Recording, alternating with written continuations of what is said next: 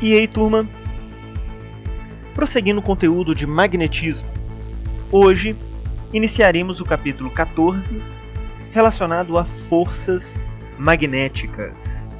São essas forças responsáveis pelo movimento de todos os motores elétricos. Bom, o conteúdo está no livro de vocês, do Kazuhito Ifukui, Física para o Ensino Médio.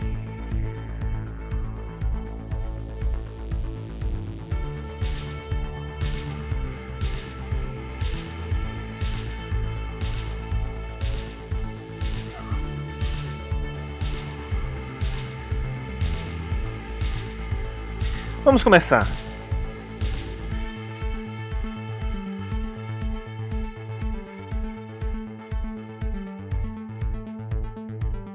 Todos nós vimos, a partir do experimento de Ørsted, que a corrente elétrica gera campo magnético quando esta percorre um condutor elétrico.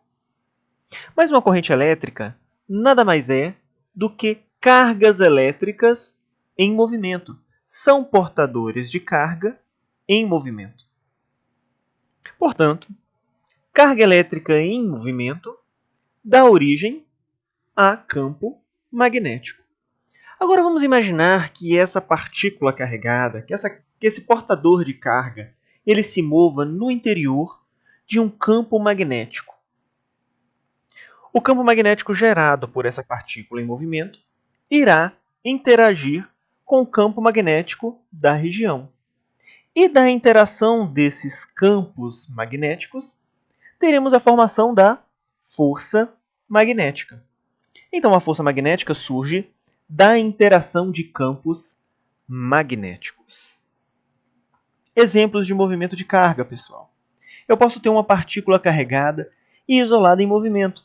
E também eu posso ter uma corrente elétrica, um movimento ordenado de portadores de carga no interior do condutor. Vejam, o campo magnético gerado por partículas carregadas em movimento interage com o campo magnético da região onde a partícula se move. Dessa interação de campos surge a força magnética. E como vamos definir a intensidade, o módulo dessa força? Bem, o módulo desse vetor força magnética será o produto entre o módulo da carga vezes o valor da velocidade da partícula em movimento, vezes a intensidade do campo magnético da região, vezes o seno do ângulo formado entre a velocidade e o vetor campo magnético da região. No sistema internacional, como vocês já viram no primeiro ano e no segundo ano, e no início do terceiro ano, força tem por unidade de medida newtons. Então, a força magnética terá sua unidade de medida em newtons no sistema internacional. E o uso da força magnética? Ela move os rotores dos motores elétricos. Ela pode orientar e ajustar a orientação de um feixe de elétrons dentro daqueles velhos tubos de imagem, aqueles monitores de imagem, mas ainda é muito usado naqueles aparelhos que você vê em hospitais. Nós temos também o uso da força magnética em microscópios eletrônicos. Olha a imagem aqui. Eu trouxe para vocês um exemplozinho de um microscópio eletrônico. Pessoal, nós temos um feixe de elétrons sendo gerado e acelerado pela fonte de alta tensão, o catodo e o anodo acelerador. Vejam só, essa lente condensadora, essa lente objetiva e essa lente de projeção não são lentes de vidro, são bobinas magnéticas. O campo magnético gerado por essas bobinas é capaz de ajustar, focar, orientar o feixe de elétrons por meio da força magnética. E como vamos estabelecer a orientação da força magnética? Ora, existem duas regras usadas para nós encontrarmos o sentido e a direção da força magnética. Eu posso utilizar a segunda regra da mão direita. Como é ela? A ponta dos dedos, acompanhando o mouse aqui, ó, a ponta dos dedos, sempre vai estar orientado para o sentido do vetor campo magnético. O polegar estará sempre orientado para o sentido da corrente elétrica ou para a velocidade da partícula carregada em movimento.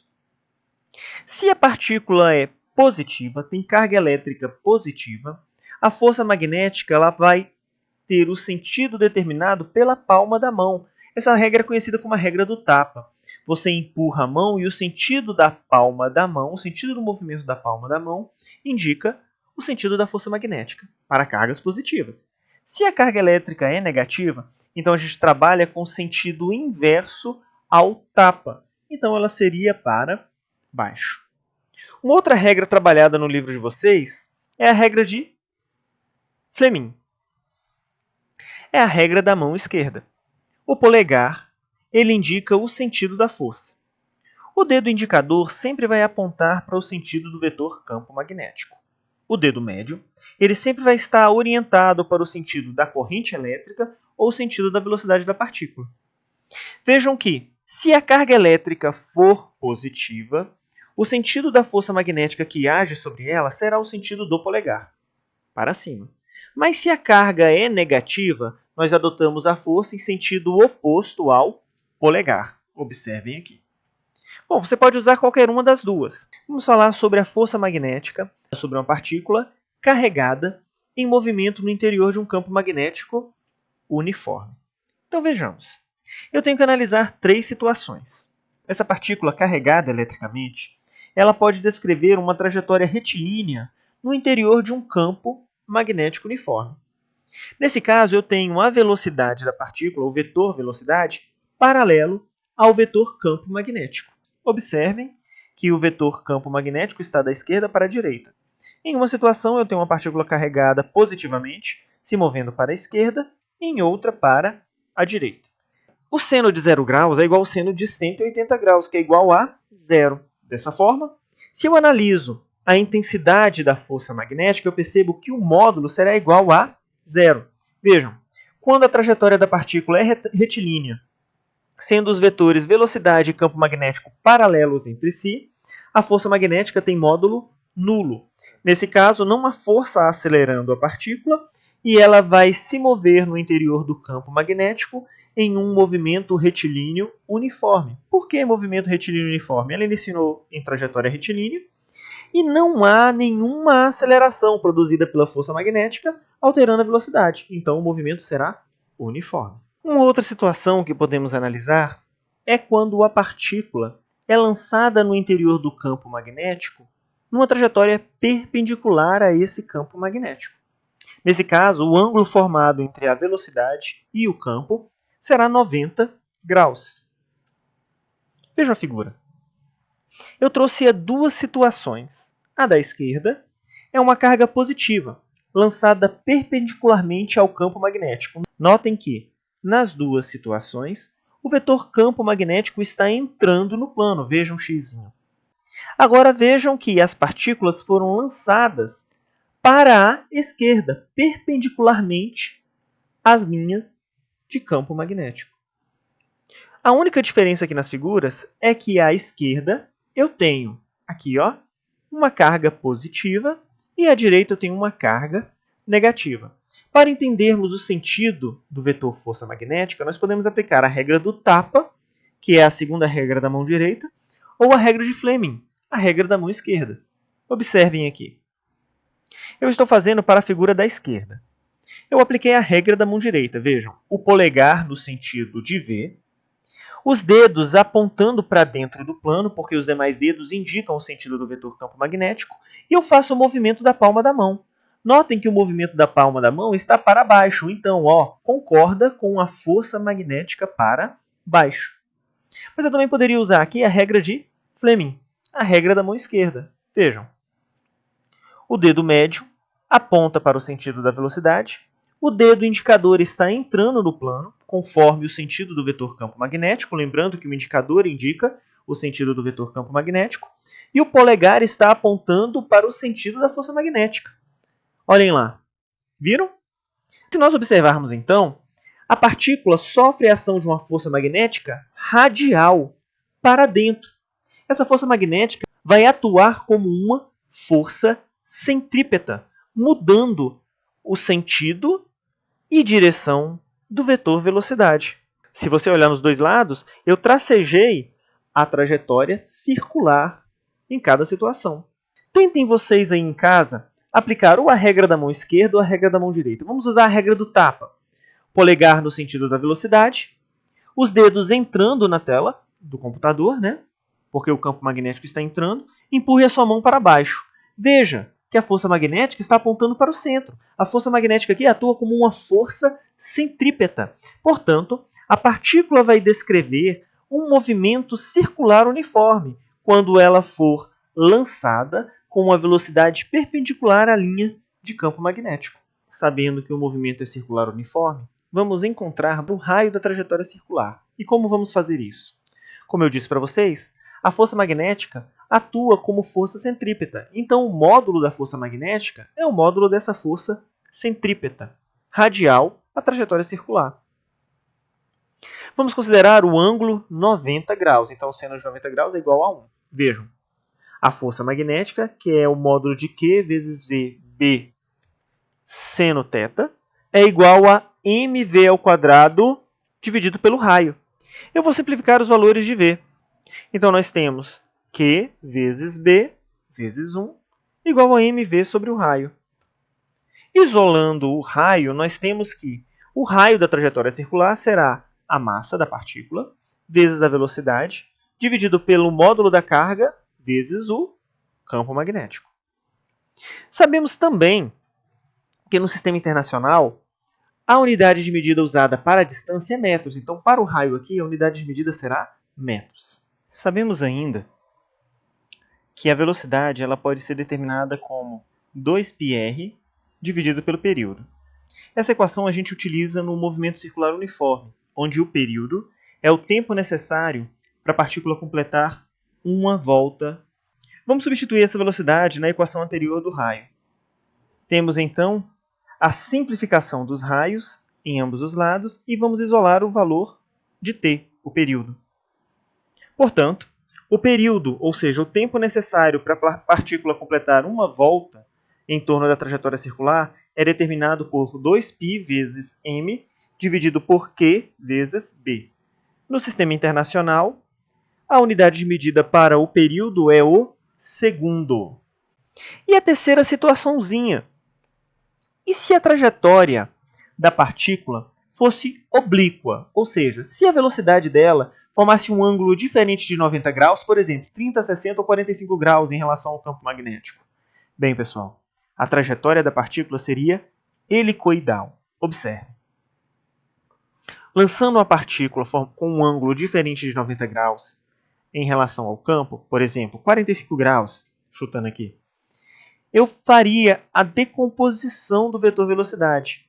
E eu observo que uma componente do vetor velocidade atua paralelamente às linhas de campo magnético, enquanto a outra componente atua perpendicular às linhas de campo.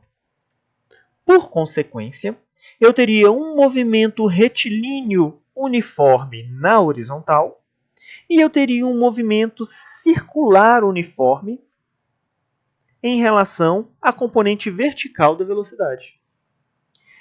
A composição desse movimento dá origem a uma trajetória helicoidal da partícula. Também temos a força magnética atuando em um condutor retilíneo percorrido por uma corrente elétrica. Bem, acompanhando o mouse aqui, por favor. Esse espaço aqui, maior em relação a todos os condutores do circuito, é onde eu estaria estudando o comportamento, da interação do campo magnético gerado pela corrente elétrica e do campo magnético que já existia na região, que é o campo magnético B. A corrente elétrica aqui está no sentido convencional, e o sentido convencional da corrente é o sentido de portadores de carga positivo. Por isso que eu coloquei um portador de carga positivo no interior do condutor ampliado. Vamos aplicar aqui a regra do tapa, mas você também pode aplicar a regra da mão esquerda, a regra de Fleming. Observe. Eu vou colocar o meu polegar no sentido da corrente elétrica E os meus dedos da mão entrando no plano. Empurre. Observe, a palma da mão ela está para cima. O movimento é para cima, então o vetor força magnética está para cima. Esse condutor sofreria a ação de uma força puxando ele para cima. Se eu fizer com a mão esquerda, será que é a mesma coisa? Vejam. Olha aí. O dedo indicador entrando no plano, porque ele representa o sentido do vetor campo magnético. O dedo médio no sentido da corrente elétrica. E o polegar apontando para cima. A força magnética atua para cima. Olha só. O meu condutor aqui, que está imerso no campo que eu estou estudando, ele tem um comprimento L. Sabemos que cada portador de carga, ele para atravessar esse condutor, ele tem que alcançar a outra extremidade no intervalo de tempo ΔT. E para sair de uma extremidade e chegar à outra, ele vai percorrer uma distância L. Então observe. Sabemos que a força magnética é o módulo de Q VB seno θ. Sabemos também que o ângulo entre a corrente e as linhas de campo magnético é 90 graus. Então o seno de 90 vai ser 1. Vejam, a velocidade de cada portador de carga que atravessa esse condutor vai ser L sobre ΔT. E a corrente elétrica, nós sabemos que é módulo de Q, ΔT, quantidade de carga sobre o tempo. Lembram lá das aulas de eletrodinâmica? Isolo, então, a quantidade de carga e vou substituir as duas equações, velocidade e módulo de Q, na equação da força magnética. Vejam como fica. Simplifico os deltas T, tá? Porque o tempo ele é similar, tanto para a corrente quanto para a velocidade.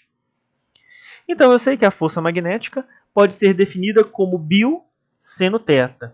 B é o módulo do campo magnético, I é a intensidade da corrente, L é o comprimento do condutor, e o seno θ é o ângulo formado entre a corrente e as linhas de campo magnético. Bem, se tivermos dois condutores retilíneos longos, paralelos, percorridos por corrente elétrica? Bem, nós sabemos que haverá uma interação de campos magnéticos, porque cada condutor é percorrido por uma corrente. Então, a corrente elétrica 1, como vocês veem na figura, percorrendo o fio 1, vai produzir um campo magnético no espaço, que vai alcançar o condutor 2. E a corrente elétrica 2, que percorre o fio 2, vai produzir também um campo magnético 2, que vai alcançar o condutor 1. Então, vamos analisar aplicando a primeira regra da mão direita. Observe. Em relação ao fio 1, a corrente 1 produz um campo magnético que vai entrar no condutor 2. Por outro lado, a corrente 2 vai produzir um campo magnético que vai sair do condutor 1. Observe. B1, B2. Agora eu vou aplicar a segunda regra da mão direita. Você também pode aplicar a regra de Fleming. Aqui eu vou aplicar a segunda regra da mão direita. Vejam. O polegar no sentido da corrente 1. Os dedos da mão saindo do plano, porque no condutor 1, o campo magnético gerado pela corrente 2 sai. Então a força magnética que atua no condutor 1 vai puxar ele para baixo. Olha aí o sentido da força magnética gerada pela corrente 2, quando ela cria um campo magnético em 1, e esse condutor 1 é percorrido por I1. Vamos fazer o mesmo para o condutor 2. Observe. Eu aplico a segunda regra da mão direita, o polegar no sentido de I2, e o campo magnético gerado pela corrente 1 no condutor 2 entra. Então, os dedos estão entrando no plano. Observe o sentido da força magnética, ela está para cima. Então, a força magnética no condutor 2, no fio 2, está para cima. Pessoal, nesse caso, vai ocorrer a atração dos condutores. Isso ocorre porque as correntes elétricas estão no mesmo sentido. Então, vamos guardar isso. Quando condutores paralelos percorridos por correntes elétricas são percorridos por correntes elétricas de mesmo sentido, ocorre a atração dos condutores. E se as correntes estiverem em sentido oposto? Nós vemos a corrente elétrica 1 indo agora para a esquerda, enquanto a corrente 2 está indo para a direita. São correntes em sentidos opostos. I1 vai produzir no espaço um campo magnético. E esse campo magnético gerado por I1, ao percorrer o condutor 1, vai sair do condutor 2. Olha aí. Agora a corrente elétrica 2, que ao percorrer o fio 2, gera um campo magnético 2, que também vai sair do condutor 1. Observem que agora os dois vetores campos magnéticos estão saindo dos dois condutores. Agora eu vou aplicar a segunda regra da mão direita. No condutor 1, as linhas de campo magnético 2 saem do condutor 1, viram a ponta dos dedos para fora do plano, e a corrente elétrica está para a esquerda. Eu faço o movimento do tapa. Vejam que a força magnética atua puxando o fio 1 para cima. Agora vamos ver o condutor 2. A corrente elétrica 1 gera o campo magnético 1 saindo do condutor 2. Aplicando a segunda regra da mão direita para o condutor 2, observem os dedos para fora do condutor 2, porque o campo está saindo. O polegar no sentido da corrente 2. Faça o movimento do tapa, puxando a mão. A força magnética atua no condutor 2 para baixo. Vejam então aqui que os condutores vão se repelir, porque as correntes elétricas têm sentidos opostos. Mas como eu posso definir, pessoal, a intensidade, o módulo da força magnética atuando nesses condutores paralelos? Vejam. Vamos analisar primeiro o fio 1. Nós sabemos que o campo magnético que alcança o condutor 1 é gerado pela corrente 2. Então, B2 é M0, 2, dividido por 2πd. Vejam que D é a distância entre os condutores. A força magnética que atua no fio 1, ela leva em consideração a intensidade da corrente que percorre o condutor 1. E qual é a corrente? I1. Então, a força magnética lá é o campo magnético que atua no condutor 1, que é o campo magnético 2, a corrente que percorre o condutor 1, que é a corrente 1, e o comprimento do condutor 1, que é L.